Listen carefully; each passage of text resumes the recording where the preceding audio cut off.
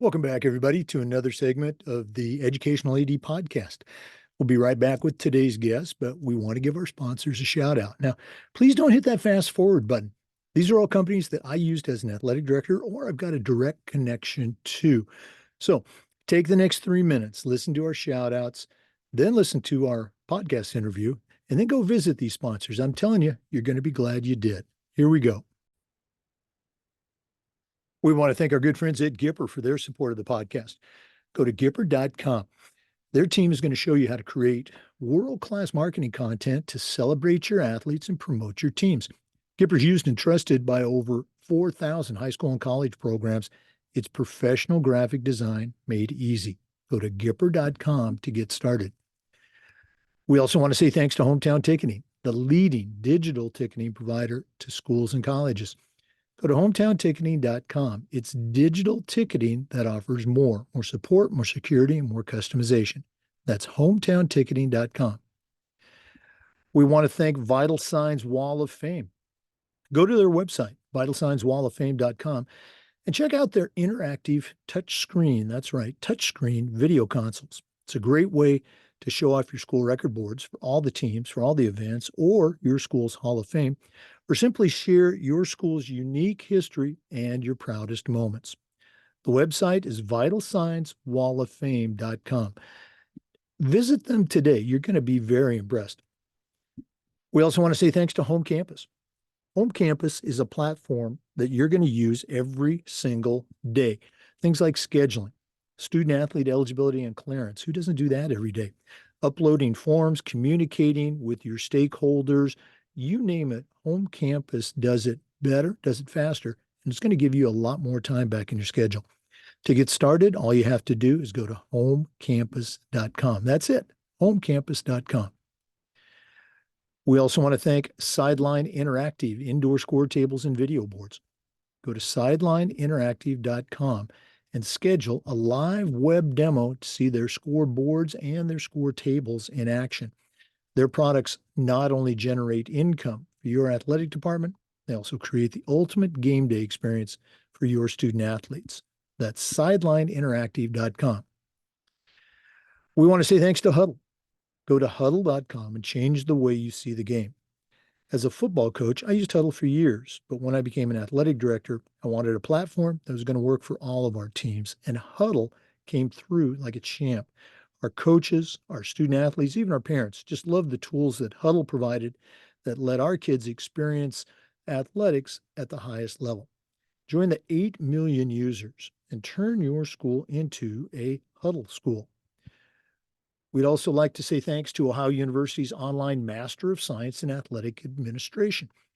This affordable 20-month online program focuses exclusively on interscholastic athletic administration. And when you finish, you're not only going to have your master's degree, you're going to have 11 NIAAA leadership training courses to go toward your RAA or CAA. You're also going to be part of a nationwide network in athletic administration. To get started, go to ohio.edu/info/MAA, Ohio University's online masters in athletic administration. We'd like to thank Snap Raise for their support. Have you ever spent weeks and weeks with a fundraiser and got little, if any, return? Stop right here. Go to snapraise.com. Hands down, the best online fundraiser out there. We used it at our school, tremendous success. Our coaches loved it. Our parents loved it. It works. Go to snapraise.com. Check out their other great platforms. But if you're looking for a fundraiser, you found it. Go to snapraise.com. We'd like to thank Athletic Surveys by LifeTrack. Athletic Surveys is about connections. They're going to connect you with a group you probably already hear from, the complainers, the gripers. But that's only a small percentage of your stakeholders. Athletic Surveys is also going to connect you to the 98% that support your program. And that's tremendously valuable information to have, especially when you're talking to a frustrated parent, or maybe your principal, or even your school board.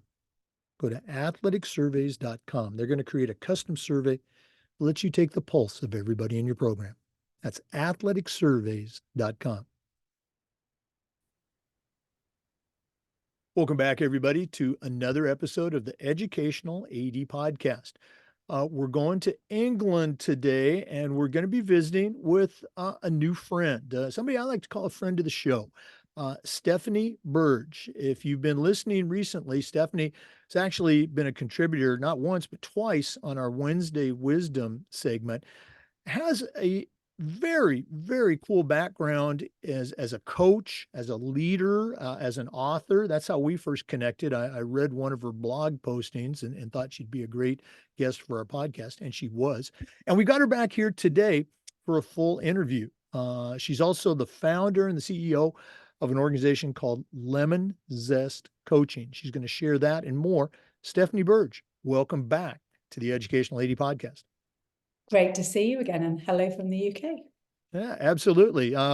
For our guests or for our fans who are listening, Stephanie's got a great map of London in the background. Again, that's probably going to be a story for another day. But Stephanie, we always like to let our listeners have a chance to get to know our guests. So give us that quick bio, where you were born, where you grew up. If you can, take us through your own let's say, high school and university days, and then we'll take a break. But what's the Stephanie Burge origin story? Well, I'm British, born and bred. I grew up and was educated here in the UK in Nottingham, which is right in the middle of the country. Maybe some of your listeners might be familiar with Nottingham Forest. It's a Premier League football club struggling at the bottom of the table right now. Well, they're just down the road from me. I played a lot of sport through school and college. Netball was my preferred team sport, which I don't think is played in USA. Too much, yeah. But that was my sport at the time, which I played to quite a high level. But I was quite entrepreneurial at school, and I was naturally drawn to the world of business quite early on. And I sped through my education and was very keen to get out there in the working world. And actually, I landed my first job straight out of college working for Boots the Chemist, one of the largest UK high street retailers, and they're into health and beauty.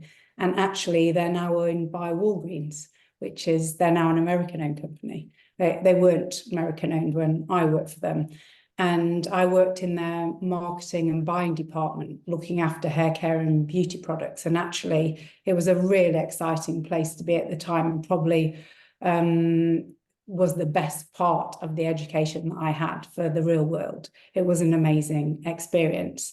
And it really built my business foundations, which I've carried through to all the jobs that I've done in my life subsequently along my career journey.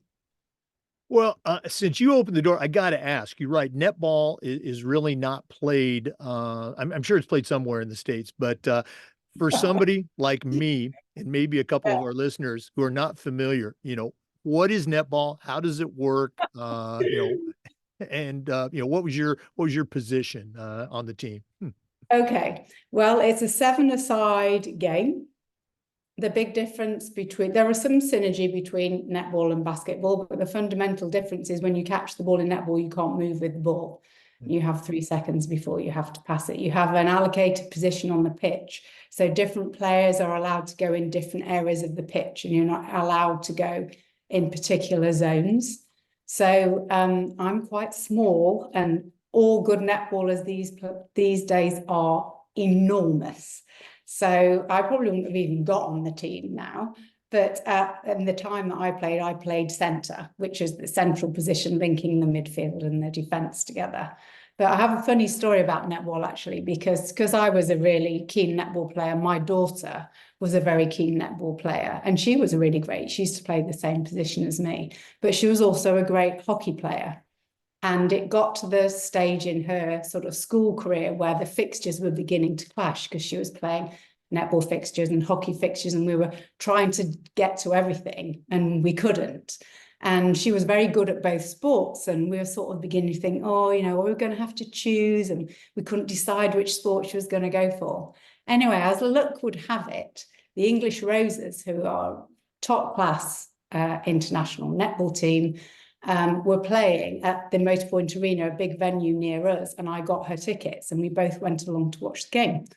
And as we sat in the crowd waiting for it all to start, all the music was going, we opened the program and it had all the player profiles down one side, and it had all their names and their picture and their position and their height.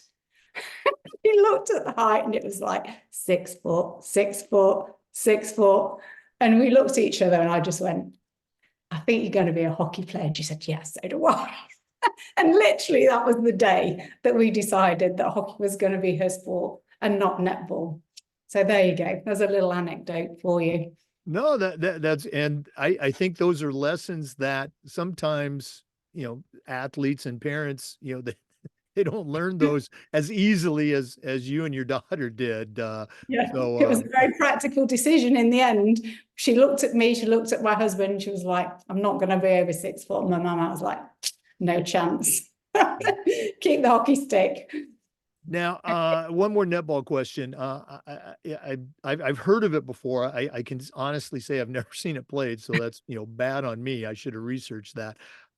Is that does it get played, let's say, at a national level, like Commonwealth games or Yeah, things like that? yeah, it's at the Commonwealth Games. It's Mhm. big in South Africa, Australia, New Zealand have a great netball team. So yeah, and there's a huge club structure here in the UK. You just have a little look on YouTube. No, I was going to say, when we're done with this podcast, I'm going to YouTube and look up netball. Maybe you and I Yeah. can start promoting it here in the States. Okay. Yeah. We're going to take our first break. But for our listeners, our guest today is Stephanie Burge. She is a coach. She is a mentor. She's the founder of her own company. We're going to hear more about her entrepreneurial background. But let's take that first break. I promise we're coming back. This is the Educational AD Podcast. We want to say thank you to our good friends at Gipper for their support of the podcast. Go to Gipper.com. Their team is going to show you how to create world-class marketing content to celebrate your teams and promote your athletes. Gipper is used and trusted by over 4,000 high school and college programs across the country. It's professional graphic design made easy. How easy is it? Well, it's so easy, even I can do it. Go to Gipper.com to get started. We also want to say thanks to Hometown Ticketing, the leading digital ticketing provider to schools and colleges. Go to hometownticketing.com. What they're going to do is show you how to set up and sell tickets online, not just for your athletic events, but things like school plays and concerts, school dances, even graduation. And here's the best part. Every school is assigned a dedicated client success manager who's going to provide you hands-on support every step of the way. That's every step of the way. Go to hometownticketing.com for more information. It's digital ticketing that offers more. Mm-hmm. Hey, welcome back, everybody, to the Educational AD Podcast. Our guest today is Stephanie Burge. She's the founder and CEO of Lemon Zest Coaching. And oh, by the way, she's in England. Stephanie, you talked about how you entered the business world immediately after college, and you mentioned picking up some entrepreneurial skills, but you had some other experiences that impacted what you're doing now. So, can you share those with our listeners?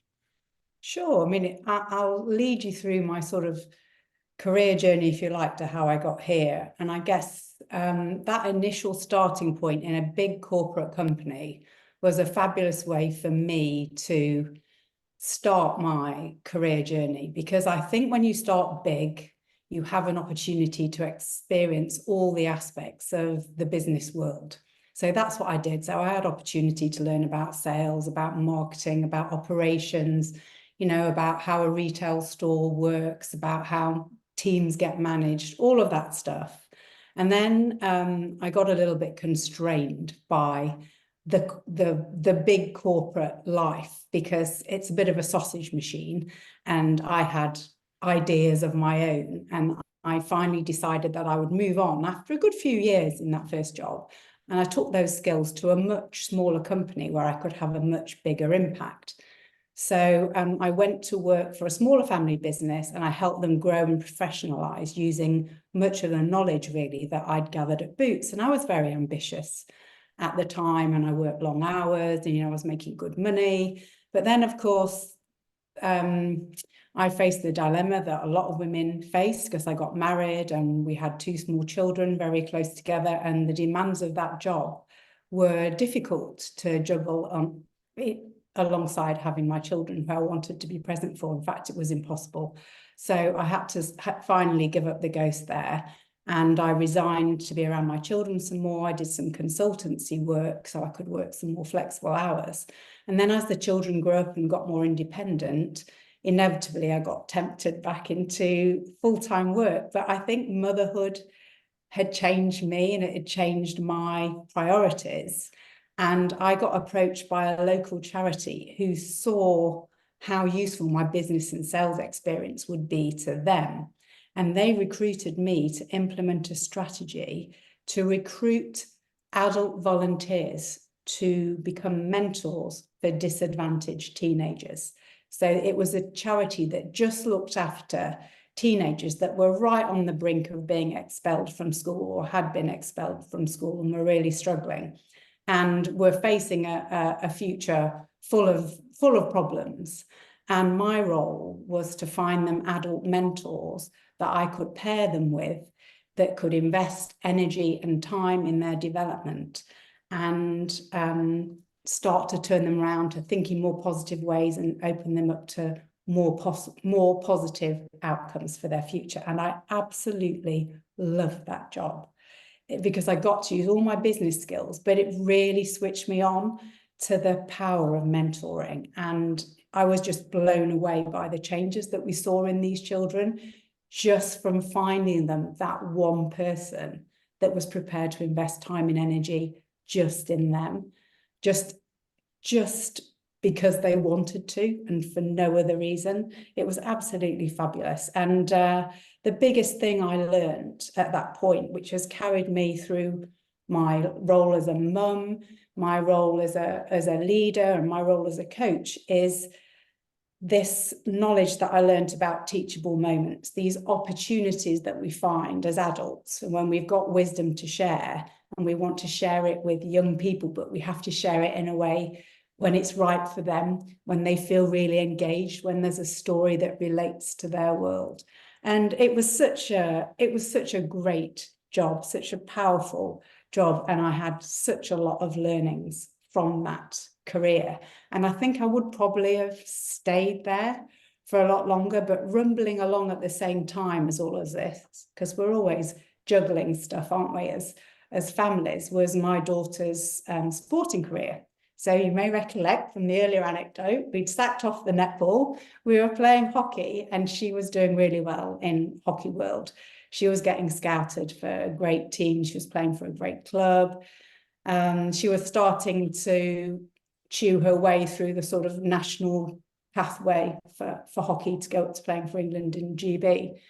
And she basically was offered a scholarship to go to a different school out of the area for us from the ages of 13 to 18 to play hockey for them. It was an amazing school. It was a private school and it was a full-time boarding school. So it was a huge decision for us as a family to consider this option and decide ultimately to allow her to go there. But the standard of hockey there was great. You know, they were national champions. And despite all my reservations about sending her away, in my eyes, she thought it was the best thing that could possibly have happened to her. So we took this opportunity and she went. But that meant I couldn't keep my job here locally because she was sort of an hour's drive away. And I was still managing all the journeys, taking her to her club still to play and to her trials still to play and all the other stuff that was going on in her hockey life that was outside of the sort of school curriculum. So I soon realized that it wasn't possible to hang it all together with the job that I'd got. So I had to think on my feet. Thankfully, I'd built a relationship with the headmaster of the school, and a job running their marketing department came up at the school my daughter had gone to, which I applied to and subsequently got. So I ended up working at the school that she was studying at for 5 years. And what was great about that was it immersed me completely in that school environment. And they were a school that was brilliant at all sports. You know, they had kids playing all sorts of sports at national levels. So I had an awful lot of experience and exposure to sports staff, the director of sport, all of the parents who are engaged in sport at the school, because I was effectively working on promoting that. It was a big part of the school's marketing philosophy. And of course, I was a parent myself, because I was standing also watching my child play and winning national titles for the school. So, you know, it was weird how all of this worked out. You know, it wasn't in my plan.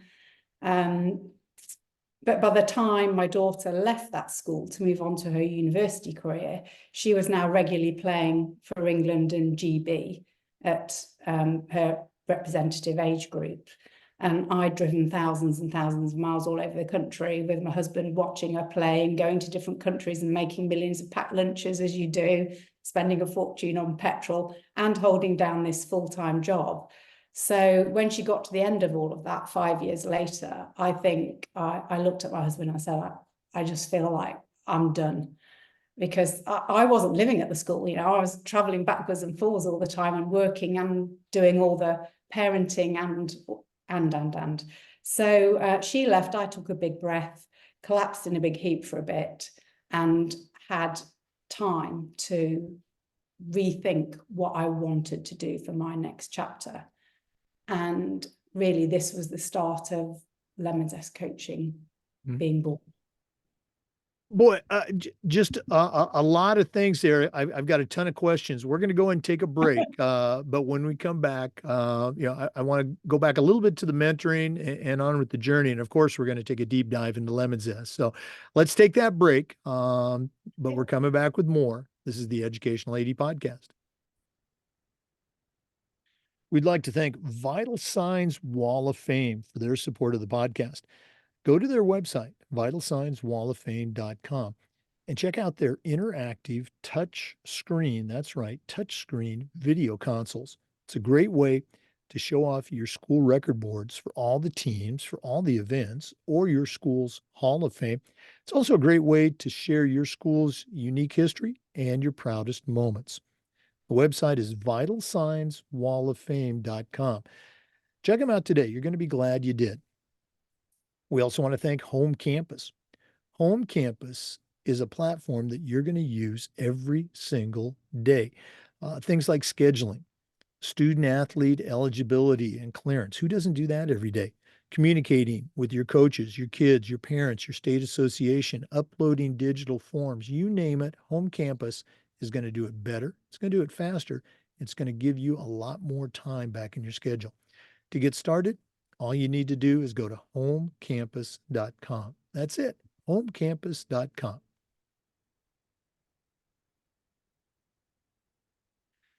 We'd also like to say thanks to Sideline Interactive, indoor score tables and video boards. Go to sidelineinteractive.com and schedule a live web demo to see their score tables and their score boards in action. Probably one of the best purchases I ever made was our Sideline Interactive indoor score table. Their products not only generate income for your athletic department, but they also create the ultimate game day experience for your student athletes. The website is sidelineinteractive.com. Check them out today. Welcome back, everybody, to the Educational AD Podcast. Stephanie, you did a great job of sharing that journey, into your first mentoring experiences, and then when your daughter was recruited to play for the another school. That happens a bit in the States. Can you take our listeners through that from the parent perspective? I think a lot of times they hear it from the AD or the athlete perspective, but what were some of the things going through your head? I know you mentioned the driving was tremendous. Boy, my hat's off to you on that. But take us back to that journey and some of the things that you and your family decided on, to actually make that change. I mean, it was probably one of the biggest decisions as a family that we've ever had to make, because culturally we had never intended to, in inverted commas, send our child away to school at the age of 13, because this was a boarding school scholarship that she'd been offered. So she was going to live and eat and sleep and exist at this school, and she wasn't going to come home until, you know, exeats or holidays or whatever. So it was a big decision, but ultimately it was driven by her. I have to confess, when we were first offered the opportunity, there were an awful lot of things for us to think about, you know, not just sending her away, which was my big paranoia, but, you know, there were a lot of additional costs that we had to think about. So there were the financial considerations, and then there was just sort of being comfortable with the whole cultural change to our family. So my husband and I did go off and have a really good look around the school on our own before we got Esme involved. That was our daughter. Before, you know, so we had our eyes on it, and we could really assimilate all the information that we wanted to assimilate as parents, so that we really felt comfortable with the offer that was on the table before we then presented it to her. Because at the end of the day, if I'd gone and I hadn't felt like the environment was right for our family, then, you know, frankly, I wouldn't have bothered her at the age of 11 or 12, which she was then, with opening that huge door if we were then going to close it again. So we needed to feel confident, first off, that the school felt right for us. And it did. So then it was a case of, okay, this feels like an opportunity we need to take seriously. This school's amazing, but she needs to want to go. We don't want to have to push her to go there. So then I picked my moment, and it's a great family story. I'll tell it you if I may. I was very concerned that she was going to think that I was sending her away somewhere and dragging away from all of her school friends as a mum. So it was a big thing for me to present her with this opportunity. So I managed to negotiate just the two of us on our own. We went off for a nice dog walk in the park. You know, we'd got an ice cream, the sun was shining, it was all very relaxed. And then I just sort of mentioned in passing the fact that the school had been in touch, and her ears pricked up and she sort of looked at me. And I said, and oh yes, this head of hockey's been in touch and he's just wondered. And I said, it's so casual like this, if you might be interested in considering going to school with him and playing hockey over there. She just stopped dead in her tracks, and my heart was beating because I was trying to stay so cool about it all. And she just looked at me and she just went, oh, that would be my dream come true. Literally, those were the words that came straight out of her mouth. So then I spent the rest of the walk going, you do know that, you know, you'll have to sleep there. And you do know, you know, you won't be able to have that for breakfast because you'll have to have what they give you for breakfast. And you do know you're leaving all of your friends that you've got here. And she's just like, yep, yes, please. When can I go? So I got back and I was like, well, looks like that decision's been made then. So the rest of it was, you know, easy peasy lemon squeezy. She went, and I tell you, she never looked back. She was excited from the moment she got the news to the moment she went, and she just embraced the whole thing. So once we knew she was on board, then we backed her 100%. We all had an amazing experience. But, you know, some people's journeys aren't that simple. But my biggest piece of advice, you know, is it has to come from the child. You know, if I'd taken her there and she was like, oh no, you know, I can't possibly do this, then I would have found that decision really hard. But it wasn't hard for us. If it's the right place, you know in your guts it's the right place. And it was. Boy, I think those types of conversations, we'll just say they're too rare between parents and kids. Or, you know, you've got an idea as a parent and you're hoping it's going to work.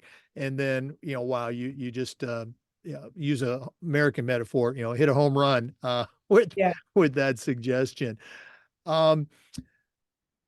We're going to get into this in our next segment, but I'm going to go ahead and do it anyway. You know, this is what you do now. You work with athletes, you work with parents, you also work specifically with women in the area of mentoring and coaching and athletics. For our listeners, if one of them wanted to find out more about what you do and how you might be able to help them with their program or maybe with an athlete, how do they find out more? How do they get in touch with Stephanie Burge?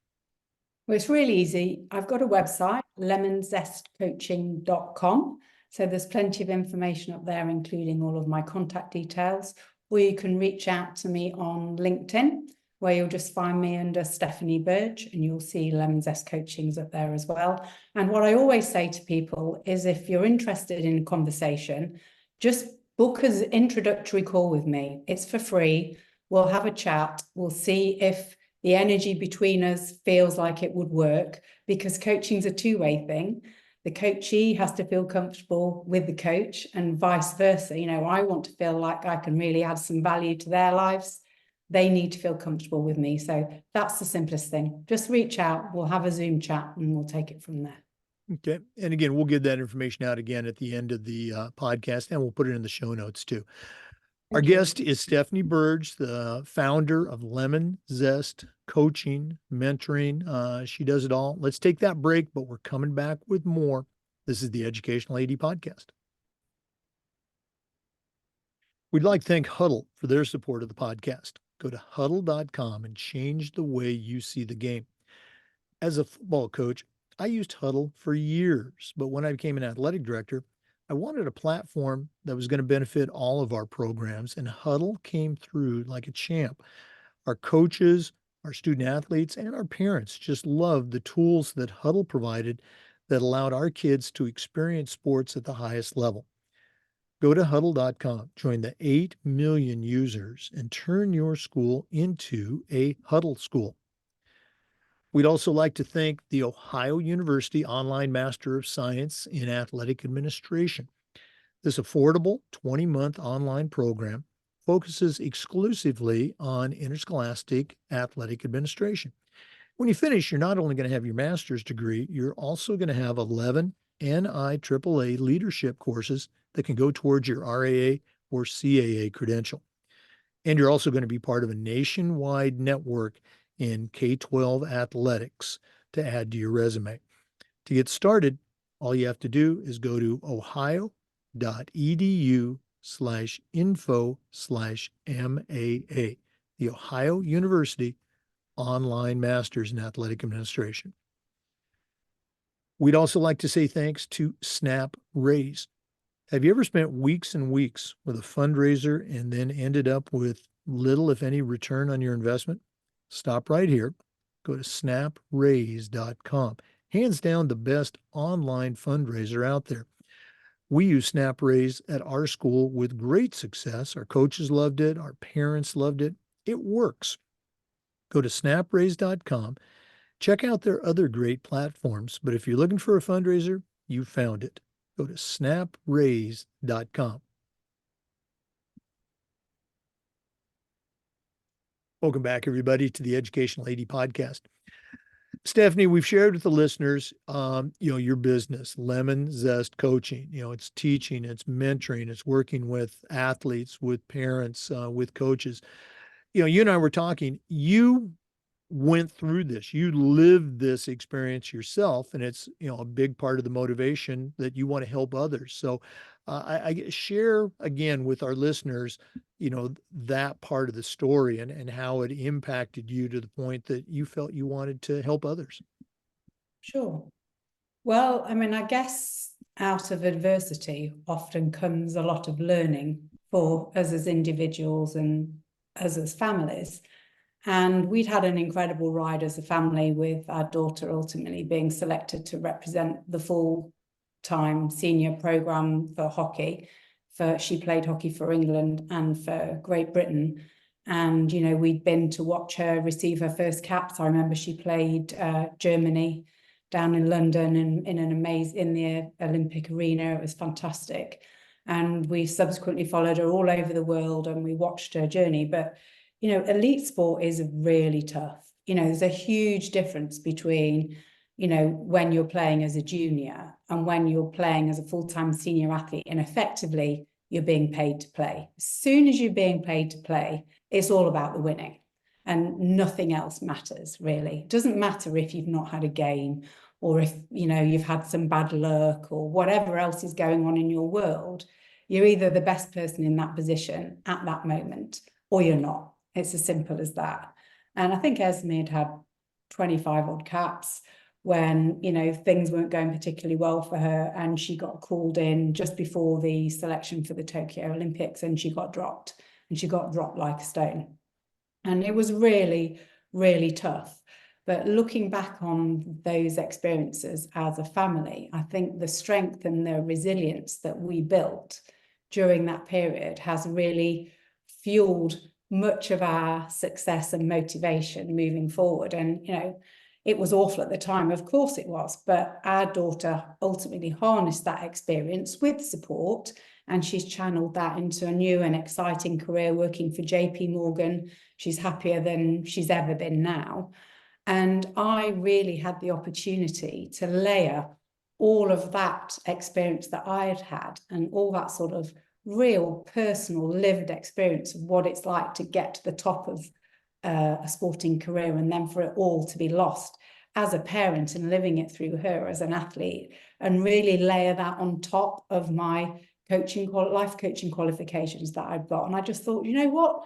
All this pain can go somewhere really useful, because I've really got some lived experience that is so valuable that I can pass on to other people who are going through this experience. And really, that's what made me focus with Lemon Zest coaching on three things, really: supporting parents of elite athletes on that journey, helping them survive in that highly competitive world of elite sport, which is really cutthroat, and survive as a family, but also helping athletes in crisis, those that face career-threatening injuries, those that get dropped or they don't make those qualifying times that mean that, they don't proceed to the athletic career that they wanted to have. All of that has given me such a lot of knowledge that I can use for these people. And, I just love supporting athletes at that moment, because I know what it feels like. And I just feel that experience helps them move through that grieving process, because it is a grief when you lose your sporting career. It's just like losing your first love. When you love with huge passion and intensity, like you love your sport, when that gets taken away from you, it hurts like hell. And it is a mourning process and a grieving process to get yourself through that real raw pain and out to a point where you consider what your next chapter is going to be like. But I can tell them that although it hurts at that moment, it is going to get better, and their lives, they won't believe me at first, but ultimately they'll understand their lives will be better for what they've been through, and they will be more fulfilled and rounder and better human beings for this experience. And really, that's what I coach about. And I help athletes transition from that hard place into looking at possibilities of new careers and finding new directions and new versions of themselves and moving on to a new life. And I just love doing that. Well, I can imagine it's got to be very rewarding. Again, for our listeners, you need to go to the website. But can you give maybe one more, anecdotal example, maybe working with an athlete or a team, or even with parents? I know athletic directors here in the States are constantly working with parents. Share another success story, with our listeners. I know I'm putting you on the spot here, but anything come to mind recently? Well, I would add that all the work that I do is one-to-one with individual athletes or individual parents. And the reason for that is everybody's journey is so unique. So, I would find it very hard to talk to a group of parents or a group of athletes when I know from my own experience, everybody experiences things in a different way. And what's tough for somebody may not be tough for somebody else. The speed at which people move through this grieving process, if I take that as an example, will be completely different. But I suppose the biggest lesson, and one I can use anecdotally, is when you come across athletes and something huge has happened to them so that they have effectively lost their sporting career, and they'll show up and they'll basically say, yeah, but everything's fine, because basically, I didn't really care that much, and I've got plenty of other fish to fry, and I don't know what all the big deal's about, and I don't really need any help. And of course, they're presenting something which is not true, because underneath the surface, there's all sorts of hurt going on. And I think if athletes don't deal with the trauma of what they're facing at the time, then it's going to rear its head and impact them in their future relationships and their future mental health. And I've seen that with an athlete recently who, you know, claimed everything was fine. And then guess what? Before you know it, they've got awful headaches, they're not sleeping, they're feeling anxious, they're not really that comfortable with going out and seeing people. And then you have to start unpicking what's going on. And okay, so why is your body sending you these messages? What's going on for you? You know, let's talk about it. Let's understand what's happening, and let's face the thing that you don't want to face, which is basically you've had to give up on a dream and it hurts like hell. And actually now the dream's gone, you don't know what you're going to put in place of that dream. And that's the journey that I've been on recently with somebody, where, you know, we've had to sort of take a step back and go back to the place where it really hurts and actually open the box and look at it. And then when we've looked at it, we've talked about it, we've understood it, we've put it down, then we've created some space in their heads to actually let some new thoughts in. But you can't get to that place where you're letting in new thoughts and coming up with new ideas while your brain is full of all that trauma that is going on. So it's almost like you've got to undo one valve and let some out before you've got some room to do anything else. So I guess, you know, that's what I did recently. And, you know, that particular person now has moved on, has had a couple of goes and trials at different things that haven't necessarily been right, but we've got there in the end. And a lot of my coaching is about, particularly in the early stages of finding a new direction, you're not necessarily going to hit the mark straight away and suddenly come up with, you know, the perfect new career when you've spent the last 10 years doing something else. But my view is go try something, actually, because it's as much about eliminating things that you don't want to do as it is finding the perfect job. So, you know, if you get an opportunity to go and work in a law practice, or if you've got an opportunity to go and work at a solicitor's or in a healthcare setting, why don't you just go and try it all? You know, it doesn't have to be forever. Just call up all your contacts. Say you're trying to figure out what you're doing and you want to feel what it's like.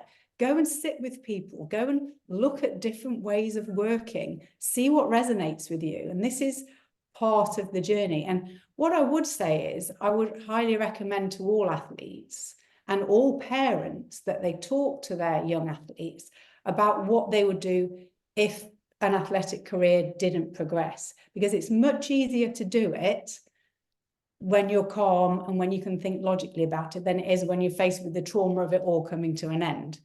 But the reality is, for a lot of people, particularly injuries, you're not seeing them coming down the track. You've got a career ahead of you. You're perhaps heading for an Olympic title or something enormous like that, and then bang, it's gone. You know, you've done your ACL, it's serious, you're never going to be able to do that movement again, and it's all over, and you're left with nothing. So these are the types of issues that I coach about all the time, and that I have the opportunity to bring my passion for this subject to. And I genuinely feel it helps that I've felt it myself. Well, I love how the constant theme is, you know, it's a journey. You know, we're going to try this, we're going to do something else, because it's not just, you know, this, it isn't the end, you know, it's the end of this one part, but hey, the journey continues. Very cool stuff. Boy, I wish we had some more time. It's been great having you on. Always great spending some time with you, but we're not done yet. We always wrap up with the athletic director's toolbox segment. Now, you're not an athletic director, but you certainly know your way around the world of athletics. So we're going to take our final break, hear from Athletic Surveys, who sponsored this segment. When we come back, I'm going to challenge you to send out a brand new athletic director on their very first job, but I'm only going to let you put 3 things in their toolbox. So let's take that break. And when we come back, we're going to find out what Stephanie Burge is going to put in her new athletic director toolbox. This is the Educational AD Podcast. We want to thank Athletic Surveys for their support of the podcast and the AD Toolbox segment. Athletic surveys are a quick and easy way for you to collect comprehensive data that's going to allow you to take the pulse of everybody in your program. Athletic directors already get feedback. Usually it's from the complainers, the people that want to gripe about everything, but that's only a very small percentage. Athletic surveys will connect you to that group, but they're also going to connect you to the 98% that supports your program. And that's a tremendously valuable piece of information to have, especially when you're talking with a frustrated parent or student athlete, or maybe your principal, or even your school board. Go to athleticsurveys.com. They're going to create a custom survey that puts you in touch with everybody in your program. That's athleticsurveys.com. Well, it's that time of the podcast. We've been visiting again with Stephanie Burge, a friend of the show. Tremendous background in leadership, in mentoring, working with athletes and parents. But right now, I'm going to challenge her to send out a brand new athletic director, but I'm only going to let her put 3 things in the toolbox. So, Stephanie, what 3 items are going to go into your new athletic director toolbox? Oh, Jake, this was so hard. This was so hard. But I'm going to, as usual, I'm going to speak from the heart. Number 1 tip would be maintain a healthy perspective about winning and what winning really means. Because, of course, everybody wants their team to win the race, to win the match, to score the most goals. And when athletes are being paid to play and they're professional, that's 100% what winning's all about. But when they're younger, when they're students, when they're sports scholars, it's about so much more than that. It's about figuring out who they are, about them having experiences that build character and resilience for the future. And I think children are taught from a very young age that what they do and what they achieve matters much more than who they are and what they become as individuals. And I would say that is not true. I would argue that who they are and what they become is much more important than what they achieve. And coaches need to role model that. And that's why I say having a healthy perspective about winning is important, because winning to me is about being rewarded for consistency. It's about losing with grace, winning with humility, respecting others, overcoming setbacks, being creative on the pitch, understanding what the learnings are for next time, demonstrating courage, determination. I could go on and on. These are the things that really matter about winning. And I think that's the nugget that athletic directors should hold on to. No, I agree 100%. And I love the way you articulated that in a couple of different ways. What else is going to go in your toolbox? Okay, well, it's another conceptual one, I'm afraid. It's about using your intuition and encouraging your students to do the same. Now, I know, because I've been around sports directors and sports coaches a lot, much of it today is about numbers and it's about science. And there's an awful lot of tracking and looking at graphs and all the rest of it that goes on. And intuition can get lost amongst all of that, but it is so important. And intuition is often telling you something that hasn't been said out loud. And it's about listening to that thing in your gut, listening to what is your gut is naturally telling you and not ignoring it, and then allowing time to follow up on that. And I'll give you a really basic example. For example, you're chatting to an athlete who's underperformed. You've got an instinct in your gut that something's up, but they're not saying anything, or they're saying something that you don't believe in the truth. So just remember, I need to listen to my intuition here. So you might say, I hear what you're saying, Joe. I hear what you're saying, but I just sense something else is going on. Is there anything else you're not saying that might be helpful for us to talk about? Or, maybe drop by later and we'll have a coffee and we'll chat it over. That's just one little example about how you can act on your intuition. And I have a little thing, and I say this to my own children. I always say, if it feels off, it's off. If you feel out of place, you're out of place. If it feels wrong in here, don't do it. If your body says no to someone, to a situation, to an environment, walk away, because our bodies are the first to know and our minds are the last to accept. So that's probably a good point to end on, about me being a bit fixated about intuition and how it gets lost in this world that we live in. Yeah, no, you're so right. And again, I love the way you illustrate it with some practical examples there. All right, there's room for one more tool in your toolbox. What's it going to be? Okay, tip number 3 is feed your mind good fuel. You're going to ask me what on earth I mean by that, aren't you? And what I'm trying to talk about here is for your ADs to recognize that they have the ability to choose and control what they put into their mind, because those choices will directly influence their health, their well-being, how they show up in the world, what sorts of decisions that they make. So if I can expand a little, firstly, our thoughts are steered by the external influences that we allow into our world. So the words we consume from the news and from social media, from friends, from family, from authority figures, and you can choose to decide what you're going to let in. So if you're struggling and you're feeling anxious about something, or something's not quite right, or you're agitated or overwhelmed, you might need to think about what you need to filter out that's not being helpful, that's creating that anxiety, and choose not to listen to it. Don't let it in. And comparisonitis, as I call it, is the biggest scourge of modern society, and social media has a lot to answer to in that regard. So don't look. Do your own thing, put your phone down, encourage your students to do the same, and choose stuff that's going to feed yourself good thoughts, and choose to focus on positive, empowering thoughts and ideas, because our thoughts are our internal dialogue. So put your attention on what you want, not on what you don't want. Visualize your ideal outcomes, not your fears.